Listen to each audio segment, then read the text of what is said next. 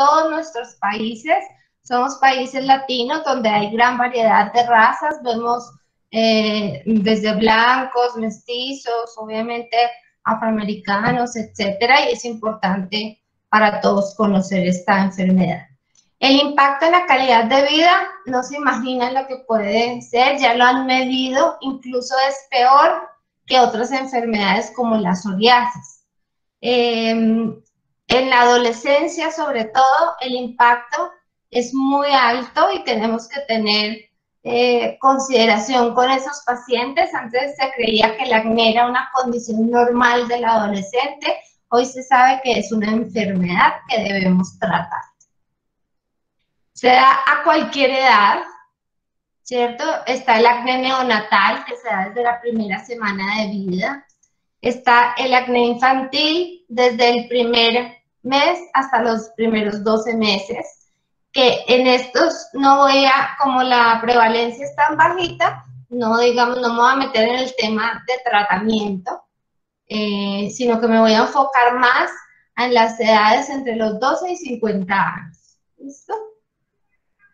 Que es desde la adolescencia a la edad adulta. En adolescentes es mucho más prevalente en hombres, en adultos es mucho más prevalente en mujeres. La historia familiar de acné, y esto llama mucho la atención, es muy alta, el 62.9% al 78%. Aunque no se ha descrito exactamente cuáles son los genes que transmiten esa susceptibilidad a presentar acné, se sabe que hay una relación genética o una predisposición genética a sufrir acné. La severidad sí puede determinarse genéticamente, es más común que si los padres o abuelos o tíos en primera línea hayan tenido casos de acné severo, el paciente pueda tener un caso de acné severo. Y la severidad es mucho mayor en hombres. Bueno.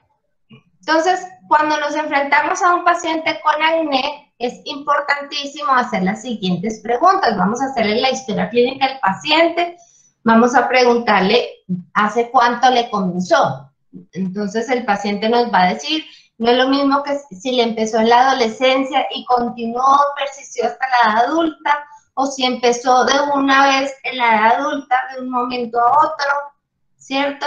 Vamos a preguntar si el comienzo fue gradual, si fue agudo, si ha tenido momentos que hayan empeorado, porque eso nos permite orientar un poquito el diagnóstico y yo ya les voy a explicar.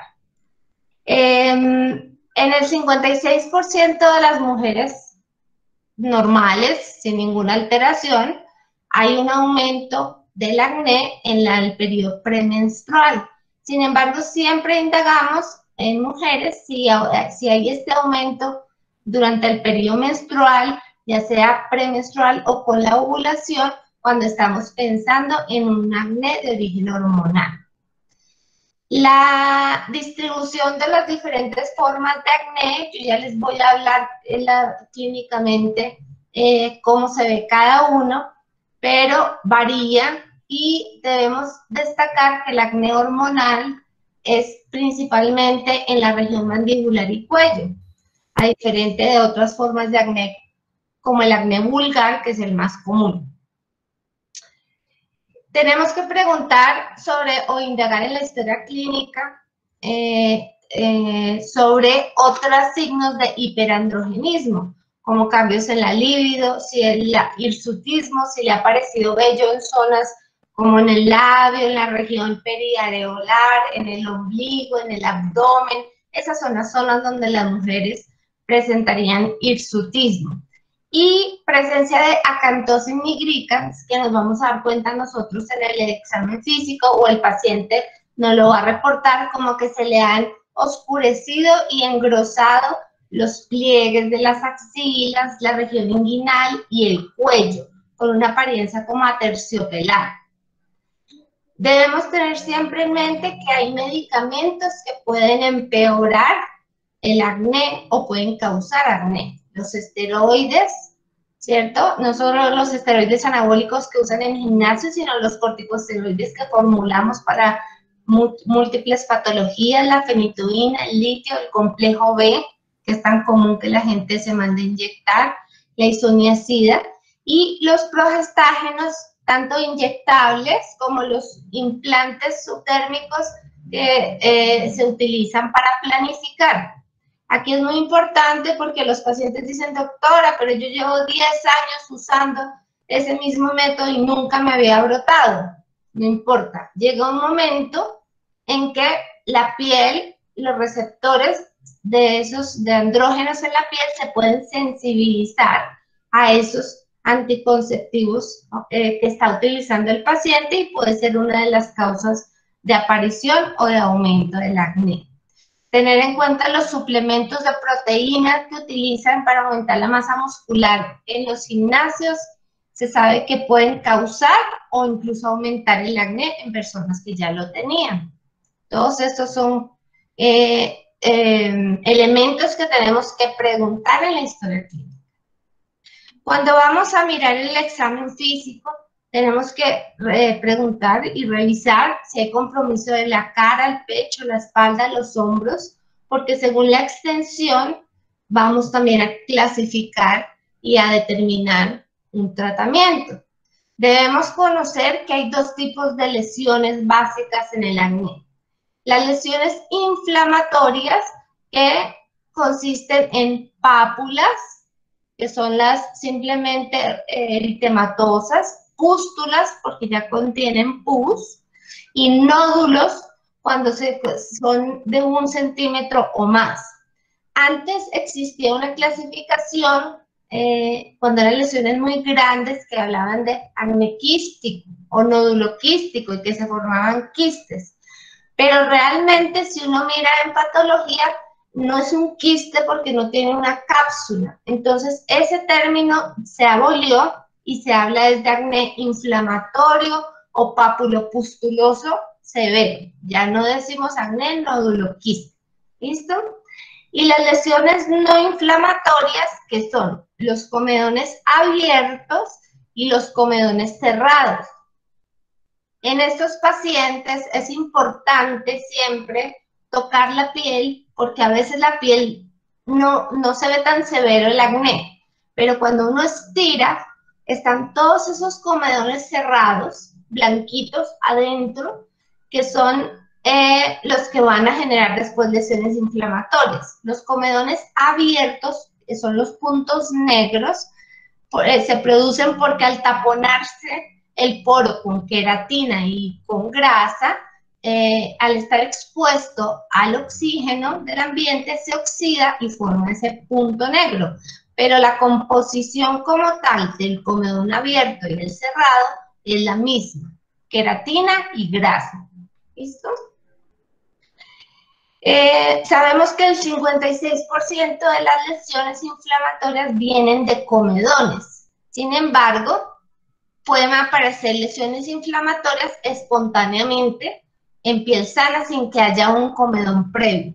Simplemente porque existen unas lesiones que ya les voy a explicar que son microcomedones. Entonces no tenía el comedón visible, pero ya empezaba cambios de taponamiento folicular y de ahí se desencadena una lesión inflamatoria. En la etiología y la patogénesis, esta es una entidad, es multifactorial, ¿cierto? O sea, ya les hablé un poquito que hay algo genético, pero eso no determina solamente la producción del acné. Hay 4 elementos claves para que se desarrolle el acné. Uno es la hiperproliferación epidérmica en el folículo, que es lo que va a llevar a tapar el folículo. Aumento en la producción de sebo, presencia del C. acnes, antes se llamaba Propionibacterium acnes. Ahora le cambiaron porque encontraron que pertenecía a otro grupo taxonómico, entonces se llama Cuti acnes, Cutibacterium acnes o C. acnes, para que aclaremos términos. Todavía en muchas partes van a encontrar P. acnes o Propionibacterium acnes, pero poco a poco se irá unificando esa información. Por último, un factor importantísimo, obviamente, la inflamación y la respuesta inmune de cada individuo. Entonces, vamos a hablar de cada uno de esos 4 elementos importantes para la producción del acné. Entonces, el primero es el taponamiento folicular. ¿Qué es lo que sucede? El epitelio que recubre la parte superior del folículo y el infundíbulo se vuelve hiperqueratóxico y se obstruye el folículo. Ahí se va a acumular queratina y sebo y las bacterias, que como sabemos es el C. acnes, que es una bacteria anaerobia, va a proliferar más de la cuenta. Hasta el momento no se sabe a ciencia cierta qué es lo que inicia esa hiperproliferación. Sin embargo, hay teorías y dentro de estas teorías están varios, como son el estímulo de los andrógenos sobre el folículo, la disminución del ácido linoleico en el folículo, el aumento de una interleuquina que es la 1-alfa, o el efecto directo del C. acnes sobre el receptor del crecimiento de los fibroblastos en la piel. Esas son teorías que hablan o tratan de explicar el por qué se empieza a crear un taponamiento folicular. Si hablamos del segundo punto, que es la producción de grasa o de sebo, se llama sebo realmente, en la piel, sabemos que está compuesto principalmente por triglicéridos, también tiene escualeno y estrés graso. En los pacientes con acné hay un aumento en la producción de sebo, pero no hay un cambio en la composición sigue siendo lo mismo. ¿Qué es lo que pasa? El C. acnes descompone esos triglicéridos en ácidos grasos y los ácidos grasos permiten que haya una mayor colonización bacteriana y además los ácidos grasos tienen un efecto proinflamatorio, aumentan la inflamación en la piel. Los lipoperóxidos del sebo de la piel, de los folículos, activan citoquinas y activan un receptor de proliferación de peroxisomas que se vuelve como un círculo vicioso porque manda una señal para que aumente aún más la producción de grasa o de sebo. Otros factores que pueden aumentar la producción de sebo, ya sabemos los andrógenos, si hubiera una alteración hormonal, y la hormona liberadora de corticotropina, que es secretada por el hipotálamo en respuesta al estrés. Y eso es importantísimo, porque todos los pacientes nos dicen que cuando están bajo estrés, les aumenta el acné. ¿Qué ha pasado con esta pandemia? Esta pandemia ha generado muchísimo estrés. Obviamente, digamos que hay diferentes órganos de choque, algunos tienen, digamos, esa sensibilidad al acné y la mayoría de pacientes que venían con el acné controlado han llegado con aumento de su acné y ya entendemos que es por esta hormona liberadora de corticotropina que es liberada por el hipotálamo. ¿Listo? Bueno, entonces, el proceso inflamatorio, ¿por qué ocurre?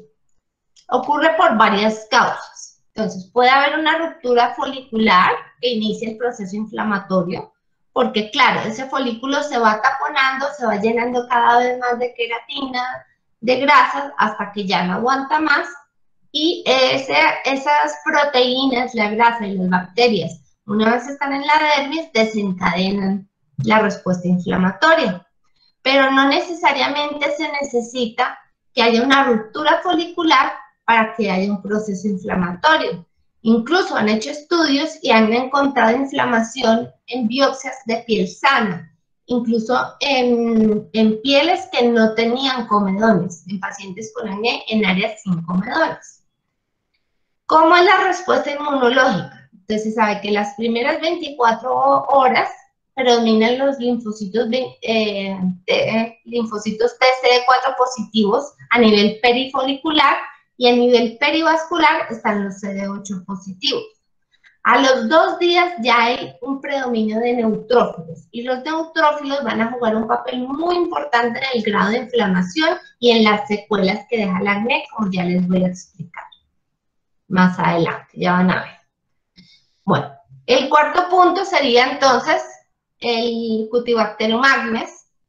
Es un bacilo gram positivo, es anaerobio, está en el folículo de todos los seres humanos, en la glándula sebácea, potencia la respuesta inflamatoria y han estudiado, aunque hay otras bacterias que colonizan los folículos, principalmente es el Staphylococcus epidermidis. Este Staphylococcus epidermidis está en la parte muy superior del folículo y se ha visto que no contribuye a la respuesta inflamatoria. ¿Qué otros elementos nos ayudan a saber que el C. acnes tiene un papel muy importante en el acné? Que se ha visto que los adolescentes con acné tienen 100 veces más cantidad de esta bacteria que los adolescentes sin acné. Sin embargo, la cantidad de C. acnes no se relaciona con la severidad de la enfermedad. ¿Por qué induce inflamación el C. acnes? Entonces, la pared celular tiene antígenos que están hechos de carbohidratos que inducen la producción de anticuerpos. Esos anticuerpos inician toda la cascada del complemento. Esa es una de las vías. ¿Listo? También se genera una respuesta de hipersensibilidad retardada por otra vía. Además, este C. acnes produce lipasa, proteasa, hialuronidasa y factores quimiotácticos para neutrófilos. Cuando llegan los neutrófilos, que era lo que les hablaba más adelante, hay una liberación grande de radicales libres de oxígeno y de enzimas lisosomales. Y aquí sí es importante porque la cantidad de neutrófilos sí se correlaciona con la severidad de la enfermedad. Se activa una respuesta inmune innata también, con aumento de interleuquina 8, interleuquina 2 y el factor de necrosis tumoral alfa. Se activa la vía TH1 y TH17 y sabemos que la vía TH17 aumenta aún más el reclutamiento de neutrófilos. Todos estos neutrófilos empiezan a activar las metaloproteinasas que degradan la elastina, el colágeno y todas las sustancias de la matriz extracelular. Por eso podemos empezar a presentar o a ver esas cicatrices deprimidas profundas con pérdida de colágeno. Esos serán los 4 elementos importantísimos, los voy a repetir: el taponamiento folicular, la producción de sebo, la inflamación que se genera y la presencia de la bacteria del C. acnes, que nos van a desencadenar el acné. Hay otros elementos que es importante que sepamos que hay en la literatura, porque además nos los van a preguntar y debemos tener respuestas. Cuando yo estudié medicina hace muchísimos años, a nosotros nos decían que la dieta y el acné no tenían ninguna relación. Y a los pacientes les decíamos que podían comer todo lo que quieran. Hoy ya hay estudios que muestran que dietas ricas en azúcares o alimentos con índices glicémicos muy altos aumentan los procesos inflamatorios en pacientes con acné. No es la causa directa, pero sí es un factor que puede ayudar a empeorar el problema. ¿Por qué? Porque aumenta el factor de crecimiento de insulina like y este lleva a un aumento de los andrógenos a nivel de la piel. Se sabe también, y ya hay estudios que demuestran que los lácteos pueden aumentar la inflamación y pueden aumentar la producción de acné en personas con la predisposición. Sin embargo, se desconocen los mecanismos exactos de por qué los lácteos desencadenan esto. ¿Qué se sugiere? No mandarles dietas totalmente restrictivas, los lácteos con moderación y evitar dentro de lo posible todo tipo de azúcares, harinas refinadas, pasteles, cosas de panadería, porque eso sí puede aumentar la inflamación. Entonces, ¿cómo vamos a hacer el diagnóstico? Ya tenemos el paciente, le hicimos todo el interrogatorio, si sufría, si el compromiso ya lo revisamos, si el compromiso es en la cara, en el pecho, en la espalda, si tiene lesiones inflamatorias, pápulas o pústulas, si predominan las lesiones no inflamatorias como los comedones abiertos o cerrados, ya eso lo hemos determinado, si el inicio fue agudo, si tiene algún otro factor, está yendo al gimnasio, toma proteínas, ha inyectado de estos esteroides anabólicos, bueno, listo. Entonces, aquí ya llegamos a un diagnóstico. El diagnóstico es clínico. El diagnóstico del acné siempre es clínico. Y la clave, aunque hay unas excepciones que ya les voy a decir, siempre para poder diagnosticar el acné es que haya las diferentes lesiones del acné, sobre todo la lesión básica que es el comedón. Digamos que esto lo diferencia inclusive de otros diagnósticos diferenciales, como la rosácea, la foliculitis. Cuando uno ve que hay comedones, uno dice, ah, hay un acné. Solo hay unas excepciones que ya se las voy a mostrar. Entonces, hay diferentes tipos de acné. Primero los voy a nombrar y les voy a ir mostrando después fotos explicándoles uno por uno. Es mejor verlo en fotos. Entonces está el acné vulgar, que es el del adolescente, el acné hormonal, el acné cosmético, que es por uso de ciertas cremas o sustancias tópicas que taponan los folículos, por medicamentos, que ya les di la lista de medicamentos más comunes que generan el acné estival, que a diferencia de los otros, este sí es monomorfo. ¿Qué quiere decir monomorfo? No tiene comedones, solo pápulas eritematosas. Pero la historia clínica en este acné estival es muy típica, es el paciente que estuvo expuesto al sol, estuvo de paseo y llega con un brote generalmente en pecho y espalda, que consiste en unas pápulas eritematosas. Y se trata como un acné. Estas pápulas no son pruriginosas, no hay prurito, por eso sabemos que no es una urticaria solar o una reacción, una toxicodermia o otro tipo de reacción alérgica. ¿Listo? Está el acné escoriado, el acné conglobata, el acné fulminans, y hay dos síndromes importantes que tengan presentes porque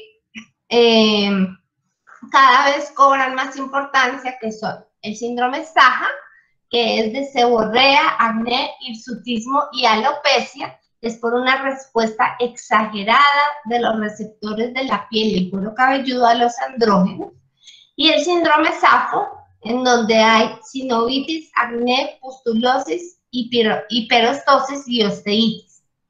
Es un acné, mejor dicho, el síndrome Safo, en donde hay un grado de inflamación o de respuesta inflamatoria sistémica que compromete las articulaciones y los huesos. ¿Listo? Entonces empecemos uno por uno. El acné vulgar es el acné típico del adolescente. Pueden variar en severidad, obviamente. Este es un grado realmente leve. Tiene comedones cerrados, tiene una que otra pápula inflamatoria. Si lo pudiéramos ver de cerca, seguramente tendría también comedones abiertos. Predomina en la cara. Las zonas más comunes son la zona T, de la frente y la región centrofacial. Puede dar también en pecho y espalda. ¿Listo?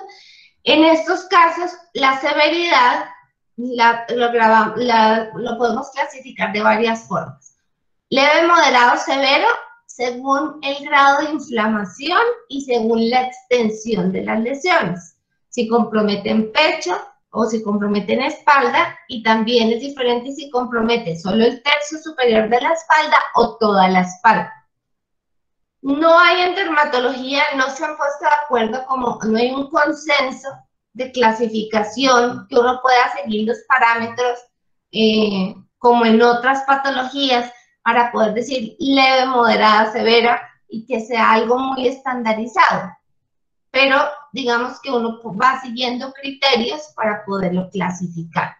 También tenemos que clasificar este acné vulgar en sí predominan las lesiones inflamatorias o predominan las lesiones, los comedones, sería un acné comedogénico.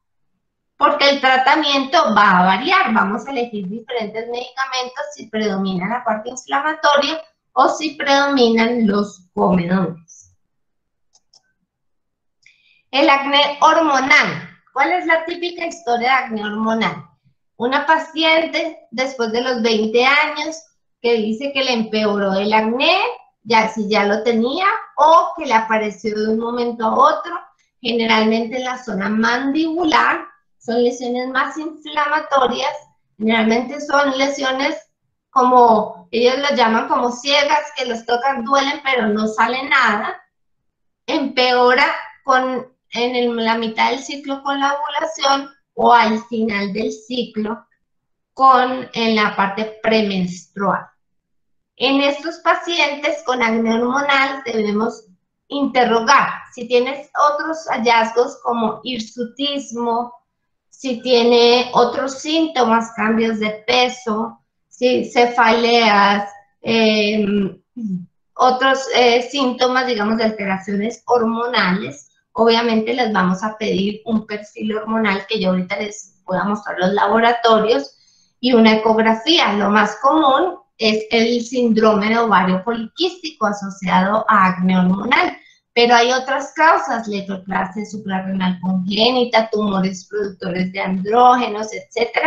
Entonces tenemos que ser muy cuidadosos al interrogatorio si cuando se presenta un acné hormonal, si es por sensibilidad de la piel a las hormonas que produce, si ha afectado, digamos, cambios como estrés, aumento de peso, porque a mayor peso, mayor producción de hormonas, ¿cierto?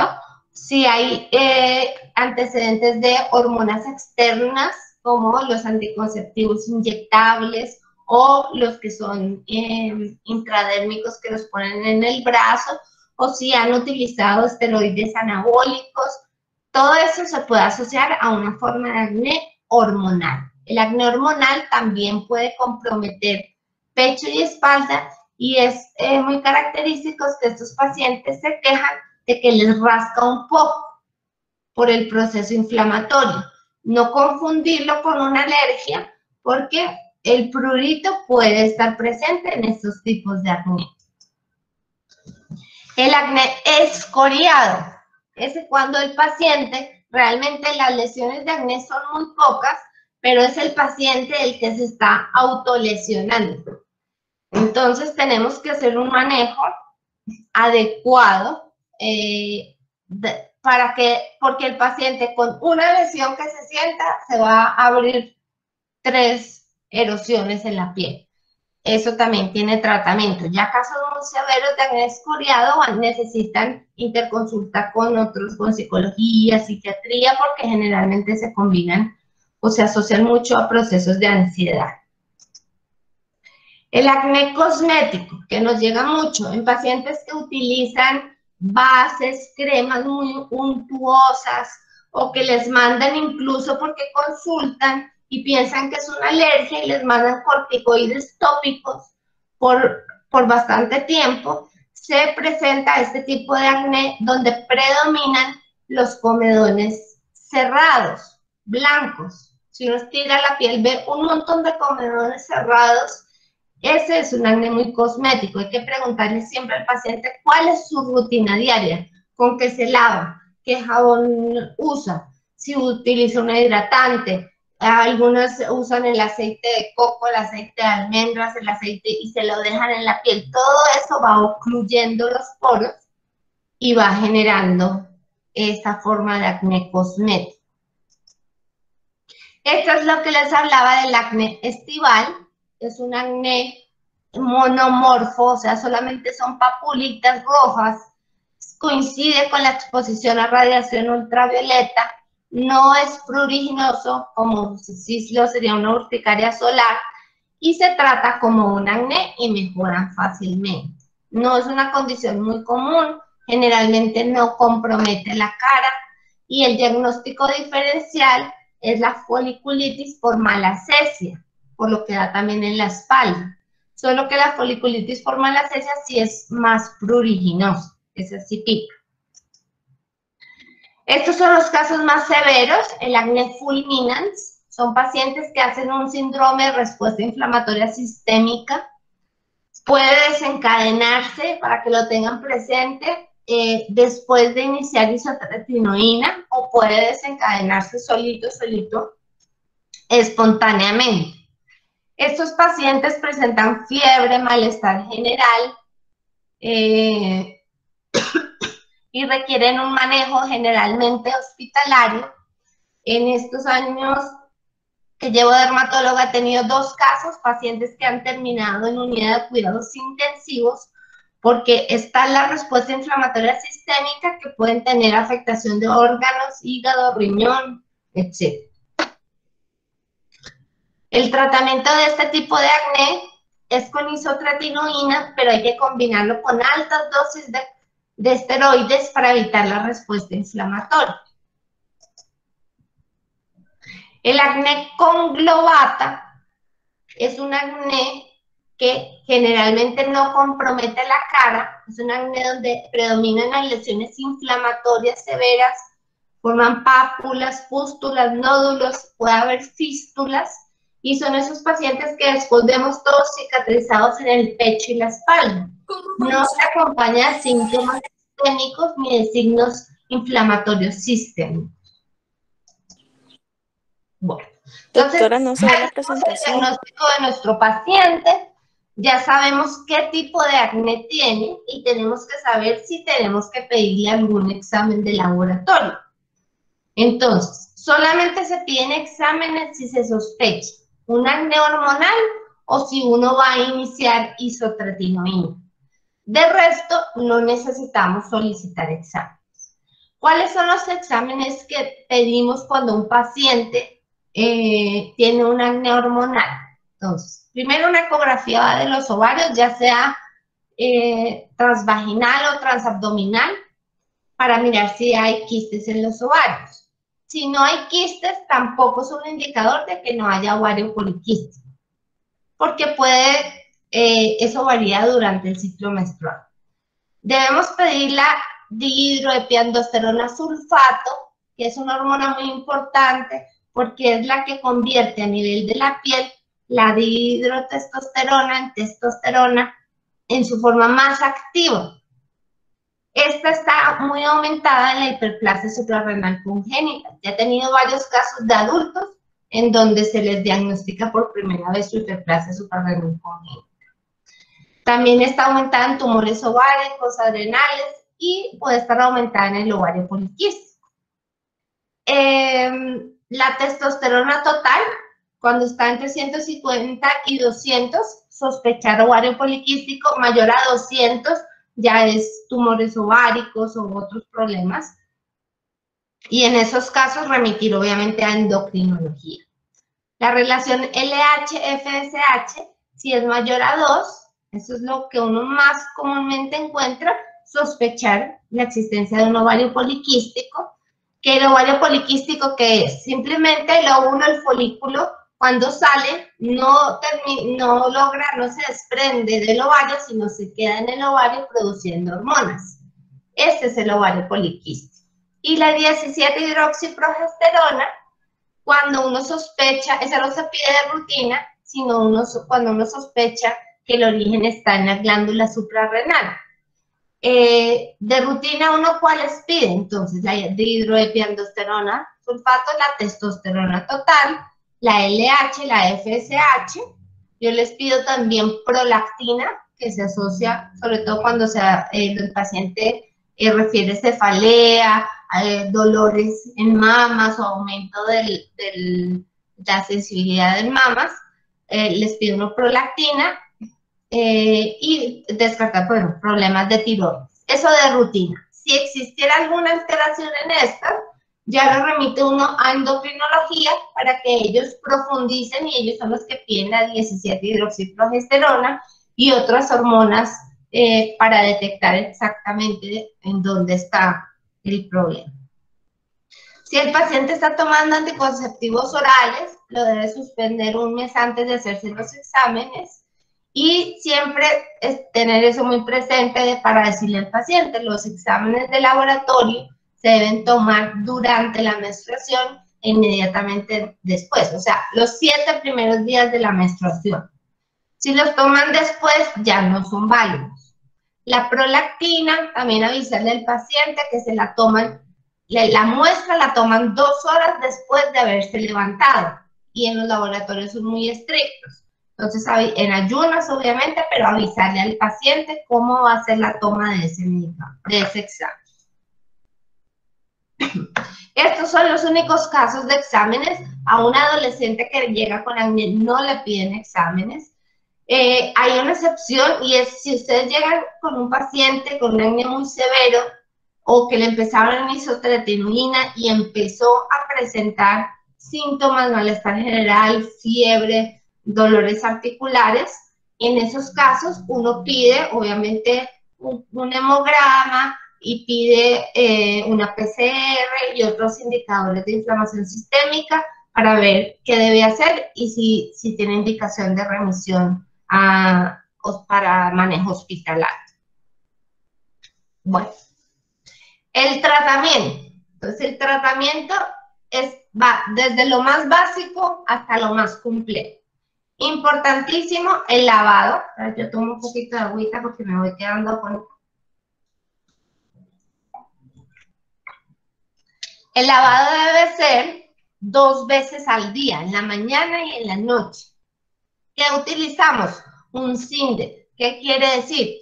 Es un jabón sin detergente. O sea, es un limpiador libre de detergentes, que simplemente tiene ciertos surfactantes que no alteran el pH de la piel ni cambian la composición lipídica de la piel. A veces el paciente busca jabones más fuertes para limpiarse, pero están alterando la barrera cutánea, el pH, por lo tanto la flora de la piel, y puede empeorar el acné. Dentro de estos Cindet hay muchas alternativas comerciales y dermatológicas. Lo importante es fijarse, pues, que el pH sea neutro y que no tengan sustancias alcalinas que vayan a alterar la flora cutánea. Además, decirle al paciente que no se lave la cara más de 2 veces al día. Los pacientes creen que entre más se laven mejor, y el cuerpo puede tener un efecto de rebote frente a la resequedad, producir mayor cantidad de grasa. ¿Listo? Los retinoides tópicos son la base del tratamiento del acné. Es importantísimo. Todo paciente con acné debe tener una rutina de lavado, debe tener un antisolar libre de grasa, no necesitan hidratantes y debe estar utilizando un retinoide tópico, si el tratamiento que elegimos es tópico. ¿Listo? Estos retinoides tópicos activan el receptor de ácido retinoico que está en el núcleo de la célula y activan la transcripción de los genes que regulan la proliferación epidérmica, la producción de sebo, la melanogénesis y la inflamación. Los retinoides tienen propiedades comedolíticas y antiinflamatorias. Nos sirve tanto para los comedones como para las lesiones inflamatorias. No los debemos usar durante el embarazo. Los más utilizados son el adapalene, que yo les puse una más ahí, el comercial es el Diferin, la tretinoína como el beta-retin y el tazaroteno. Dentro de estas se los puse en orden de menos irritante a más irritante. Entonces, el adapalene es el menos irritante, pero es el que menor efecto comedolítico tiene. Entonces, si es un paciente con mucho comedón, elegiría uno mejor la tretinoína. El tazaroteno es el más irritante, hay que tener mucho cuidado. Se habla de terapias de corto contacto. Entonces, se pone una horita y se juega. Los otros sí se formulan en la noche y se pueden dejar toda la noche. Se usan poquitica cantidad, hay que explicarle al paciente eso porque el paciente está acostumbrado a coger las cremas y untárselas todas en la cara. ¿Qué tenemos que hacer? Yo siempre les digo, coja el tamaño de una lenteja, se la pone en 3 puntos de la cara y la esparce sobre toda la cara. No es sobre el puntico donde le salió el grano, no. Es sobre toda la cara porque tenemos además que prevenir nuevos taponamientos foliculares. Hay una variación aquí también según el clima. Nosotros aquí en Bogotá tenemos una humedad muy baja, es un clima muy seco, hace mucho frío, el sol, estamos a una altitud donde el sol es fuerte, entonces los pacientes normalmente no toleran sino la adapalene, la tretinoína de pronto en pecho y espalda. Pero en otras ciudades que yo he trabajado en Medellín, en la costa, que son húmedas, produce la piel más grasa, el paciente toleraría mejor la tretinoína y el tazarotene. Si van a tratar pacientes extranjeros, que también nos llegan muchísimo, que viven en zonas con estaciones, tienen que explicarles muy bien cómo lo van a manejar en las diferentes estaciones. En el invierno se seca mucho la piel, entonces protegerlos con hidratantes muy ligeras. En el verano, al contrario, la piel está mucho más grasa. Todos esos factores hay que tener en cuenta para uno poder formular al paciente. Otra sustancia que utilizamos es el peróxido de benzoilo.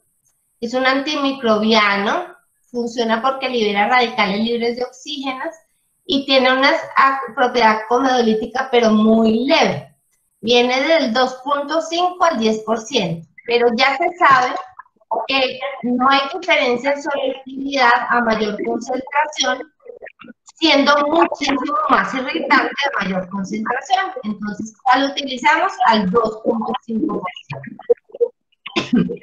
Y lo usamos muchísimo combinado con antibióticos tópicos orales para prevenir la resistencia bacteriana a los antibióticos. Ya hay unas presentaciones combinadas donde combinan adapalene con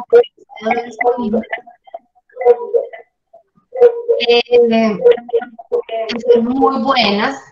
Ya les voy a dar algunos, digamos, tips de combinaciones.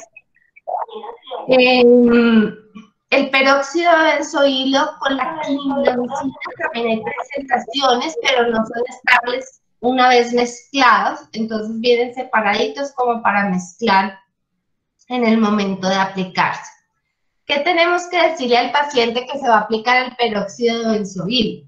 También poquitica cantidad, se usa en toda la cara. Yo lo uso mucho más en pieles muy grasas que tengan, digamos, muchas lesiones inflamatorias. ¿Cómo lo utilizaríamos? Alternando una noche un retinoide, una noche el peróxido de benzoilo. Cuando usan el peróxido de benzoilo tienen que avisarle al paciente que si el peróxido de benzoilo toca la ropa o una tela, la decolora, porque dañan las almohadas, las fundas, las cobijas, se untan en la espalda y bueno, o se limpian en la toalla y decoloran la toalla. Entonces, dejarlo secar y ahí sí ya no tiene problemas de decoloración. Los antibióticos tópicos son muy utilizados.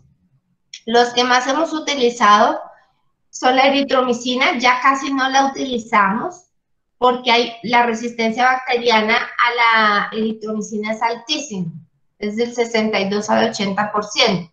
Usamos más la clindamicina, la nadifloxacina, que es una quinolona tópica, y recientemente se introdujo la minoxidil, eso sí es algo muy reciente, tópica.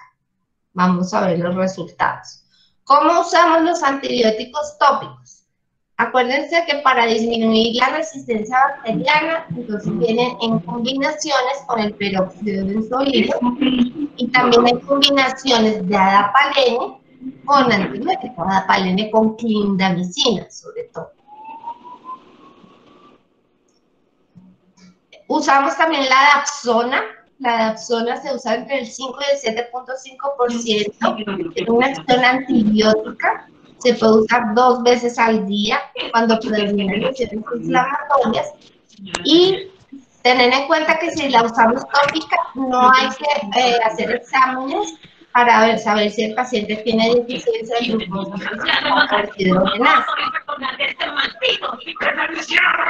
No lo debemos aplicar constantemente con el peróxido de benzoílo porque entonces le da una coloración amarilla a la piel y no es tan fácil de quitar. Igual lo va a quitar, pero el paciente va a estar muy incómodo. Yo personalmente la dapsona la uso muy poco, la uso en ciertos casos de lesiones inflamatorias en acné de leve a moderado que no hayan mejorado con el adapalene y clindamicina. Lo que yo más utilizo es adapalene con clindamicina o adapalene con peróxido de sodio, sobre todo el adapalene con peróxido en pieles muy grasas, gruesas, etc. Otros tratamientos, el ácido salicílico, es un beta-hidroxiácido, si se usa a concentraciones altas puede generar irritación, generalmente hace parte de esos productos comerciales que se utilizan sin fórmula médica para el acné, en jabones de Neutrógena, Asepsia, todos esos tienen ácido salicílico. Está bien y el paciente le puede calmar. Yo normalmente se los suspendo y les mando jabones suaves porque cuando empezamos los otros tratamientos tópicos ya no van a tolerar ese jabón tan fuerte o esa solución. El ácido acelaico al 15 al 20% tiene propiedades antimicrobianas y también comedolíticas, pero muy leve. Realmente se usa para acné leve a moderado, más leve, digamos. Ayuda a disminuir un poco la hiperpigmentación posinflamatoria. Y yo personalmente es la que mando en el embarazo. Ese medicamento también es utilizado en la rosácea, tiene un efecto en la rosácea muy bueno, en la dermatitis perioral se puede utilizar. En acné no lo utilizo con frecuencia porque su efecto es muy leve.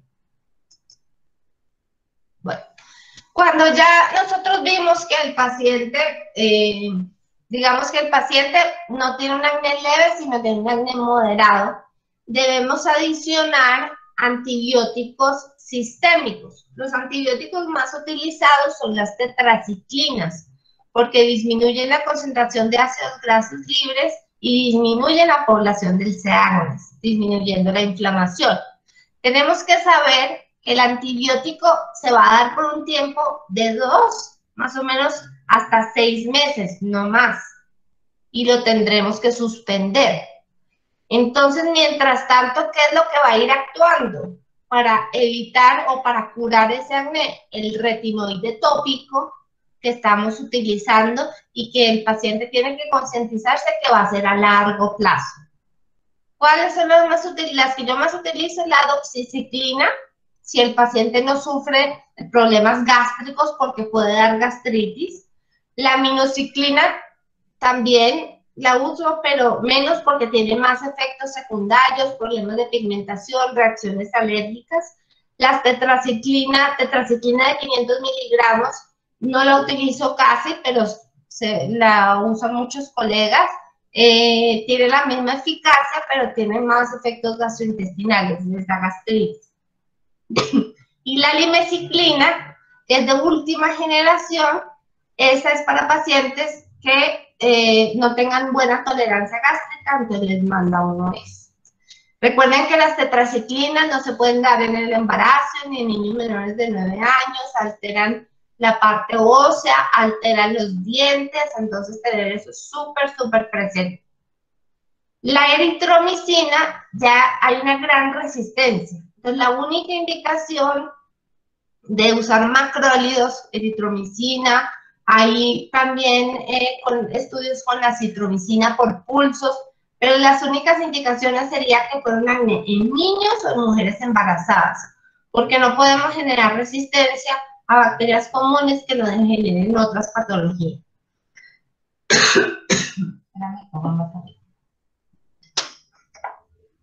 El trimestoprim sulfa se puede utilizar en casos inflamatorios severos. Solo una toma al día es una dosis diaria, es una dosis diferente a la que utilizamos para otras enfermedades. Y tener la precaución, acuérdense que el trimestoprim se ha asociado a reacciones alérgicas severas, síndrome de Stevens-Johnson, entonces no es un medicamento de rutina que vamos a mandarle a todo el mundo. No se recomienda el uso de cefalexina porque ya se ha visto aumento de resistencia bacteriana, principalmente de estafilococo. Aquí vemos mucho que les mandan cefalexina. Aquí en Colombia tenemos un problema y es que no está muy regulado, o sea, les venden medicamentos sin formulación y en las farmacias les mandan mucho cefalexina para cualquier condición, entonces hay que tener cuidado con eso. Dentro de la terapia sistémica tenemos también la dapsona. Personalmente solo uso la dapsona en casos inflamatorios severos donde no puedo usar isotretinoína. A estos pacientes sí hay que medirle los niveles de glucosa 6-sulfato deshidrogenasa porque pueden hacer una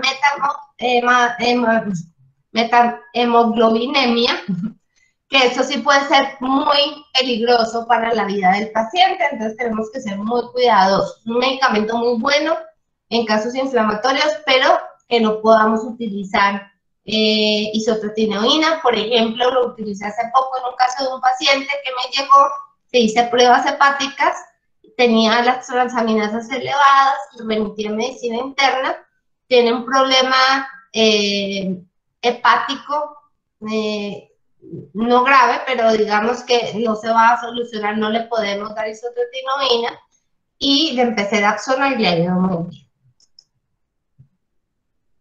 La terapia hormonal, entonces los anticonceptivos orales, ya sabemos que disminuyen la producción de la LH y de los andrógenos gonadales, aumentan las globulinas transportadoras de hormonas sexuales, entonces va a disminuir la testosterona libre y además inhiben la 5-alfa reductasa. Dentro de los progestágenos con mayor efecto antiandrogénico, ahí están en orden, de mayor a menor. La ciproterona es más efecto antiandrogénico, la drosperinona y el dienogest. Los anticonceptivos los han ido haciendo con microdosis de 20 microgramos de estrógenos para disminuir efectos secundarios. Recuerden de todas formas que hay que preguntar por antecedentes de trombosis o familiares de enfermedades del colágeno, lupus, síndrome antifosfolípido.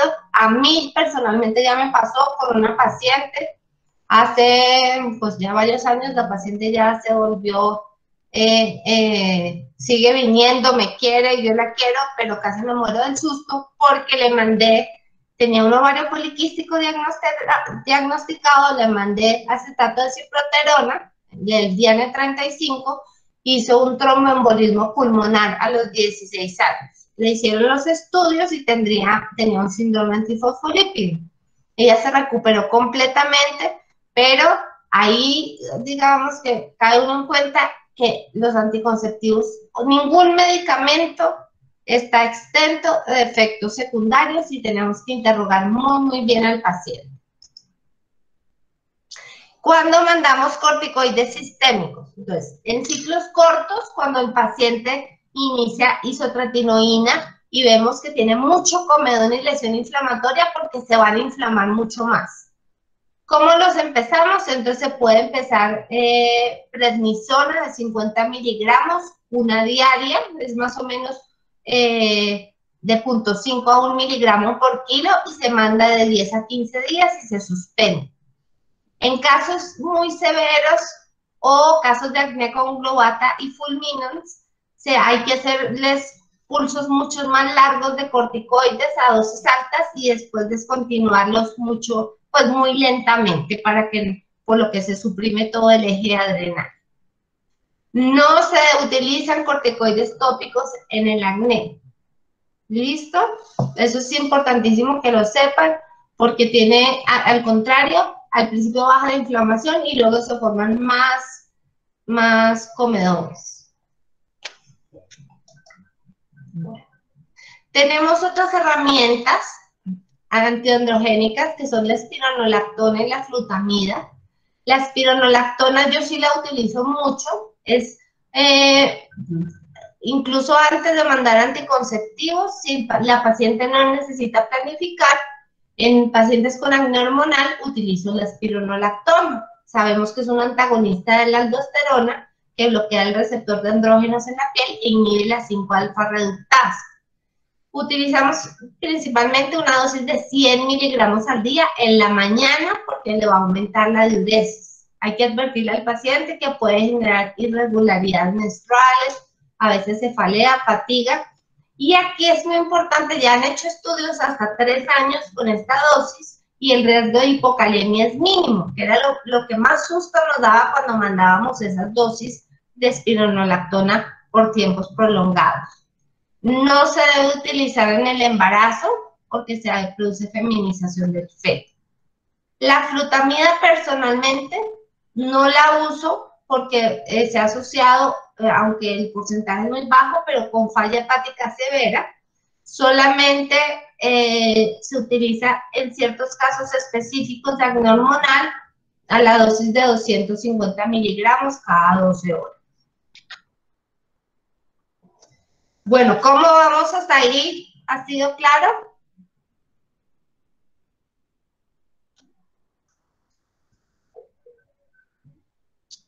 ¿Todo claro? Sí, doctora, ha quedado muy claro. Es más, creo que los chicos están poniendo contestándole que sí, ha quedado claro. Ok, listo. Bueno, ya estamos terminando. Entonces, la isotretinoína es un medicamento que manejamos muchísimo en el acné.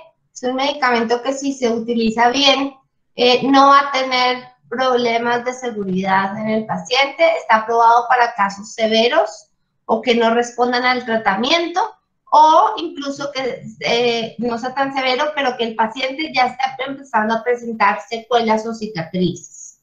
Es mejor iniciarlo de forma temprana. Temprano estoy hablando desde los 14 años los podríamos iniciar, teniendo en cuenta que si lo iniciamos antes de los 16 años, la probabilidad de que requieran un segundo ciclo es un poquito mayor. ¿Listo? ¿Cómo actúa? Inhibe la actividad de la glándula sebácea, tiene efecto en la queratinización folicular y en la inflamación.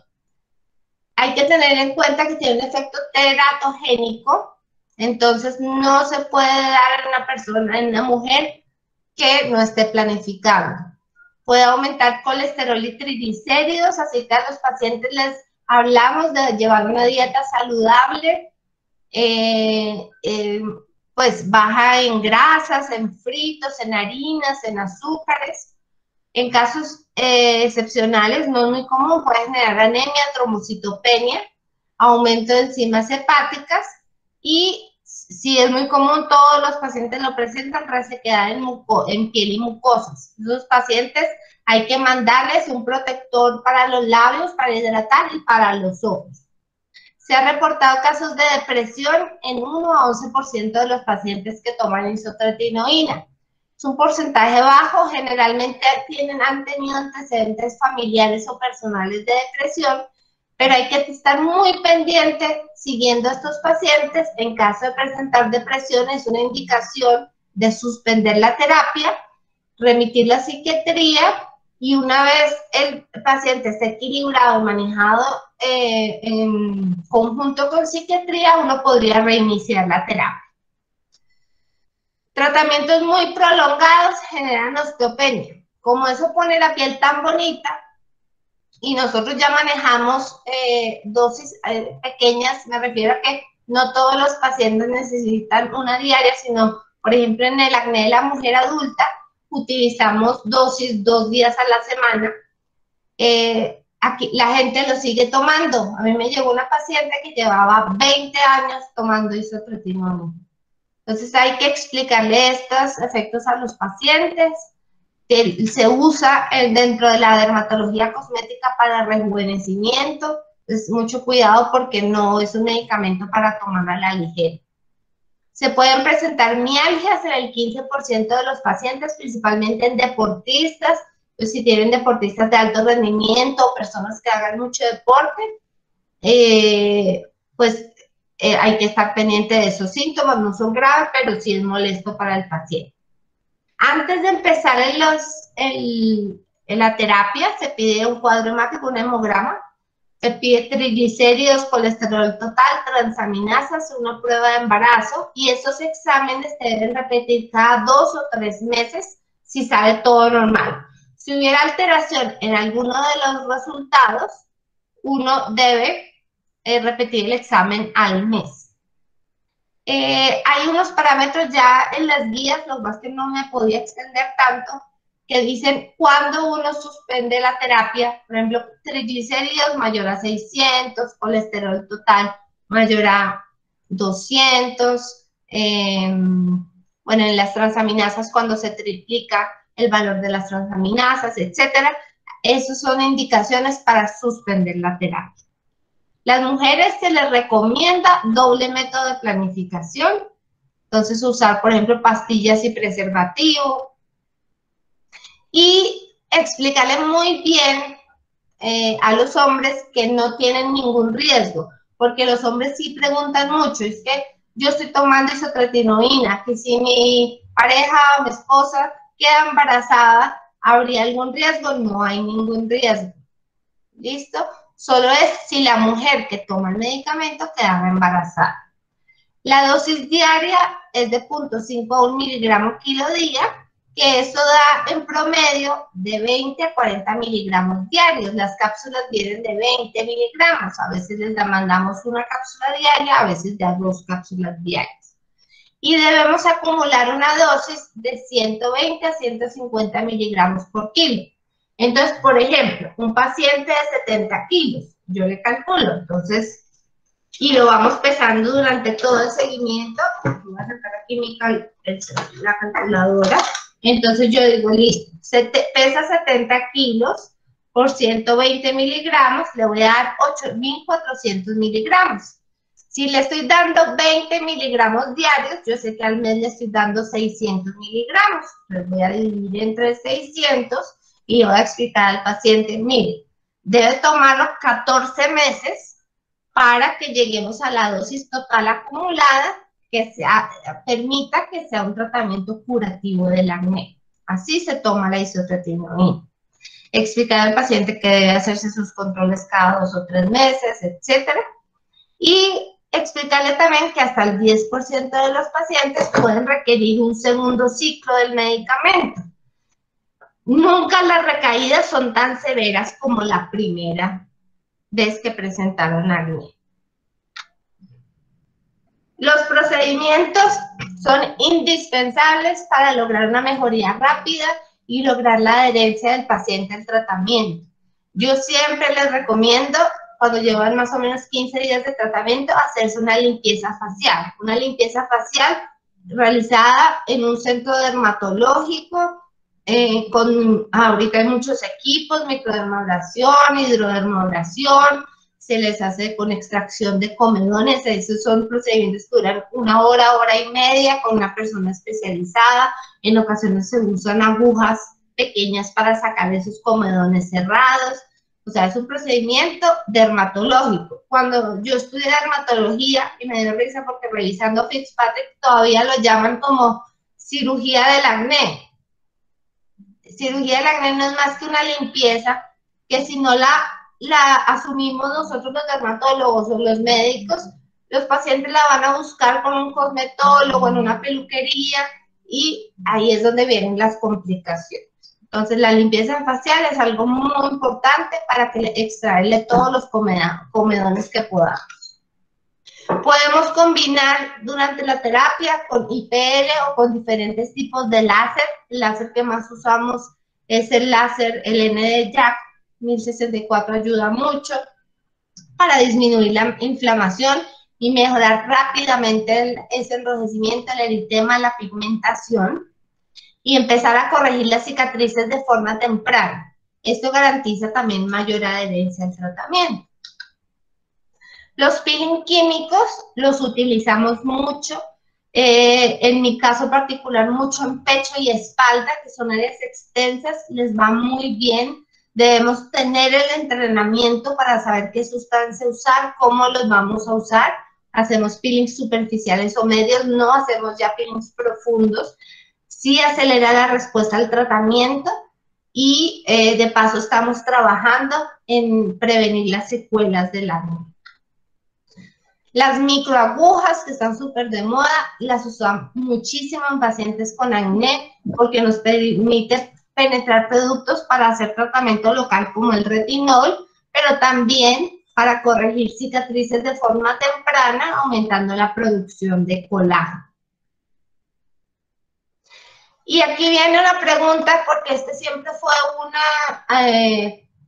digamos, un mito que existía, que los pacientes que están tomando isotretinoína no podían realizarse ningún procedimiento, no podían hacerse láser, limpiezas, porque se retarda la cicatrización. En este artículo que se publicó en el 2017, estudiaron y llegaron a la conclusión, es un consenso de expertos, en que estos procedimientos menores, estoy hablando de procedimientos menores, como limpiezas, peeling, IPL, microagujas, etcétera, sí se pueden hacer en pacientes que están tomando isotretinoína y no hay que esperar a que terminen. Antes pensábamos que había que esperar 6 meses después de que terminaran el tratamiento para que se normalice la cicatrización. No quiere decir esto que pues, se pueda hacer cualquier procedimiento, no. Si el paciente requiere una cirugía grande por otra especialidad o tiene otra condición, siempre se le suspende el medicamento. ¿Qué es lo indicado en este momento y qué es lo que mejores resultados da? Empezar los procedimientos de forma temprana, ya sea que esté o no esté tomando isotretinoína, si está en tratamiento tópico o está en tratamiento sistémico, no importa. Combinado con estos procedimientos con los que contamos, aceleramos la respuesta al tratamiento, mejoramos la adherencia y prevenimos secuelas. Entonces, e incluso evitamos tener que utilizar medicamentos más fuertes y llegar a tener que darle a todos los pacientes isotretinoína. Bueno, esta era como el resumen de lo que les traía para hoy sobre acné. Sobre acné hay mucho, mucho para hablar, pero espero pues que haya quedado claro como el panorama general. Hay que saber hacer muy bien el enfoque y siendo una patología tan prevalente, pues es importantísimo que conozcan cuál va a ser el manejo.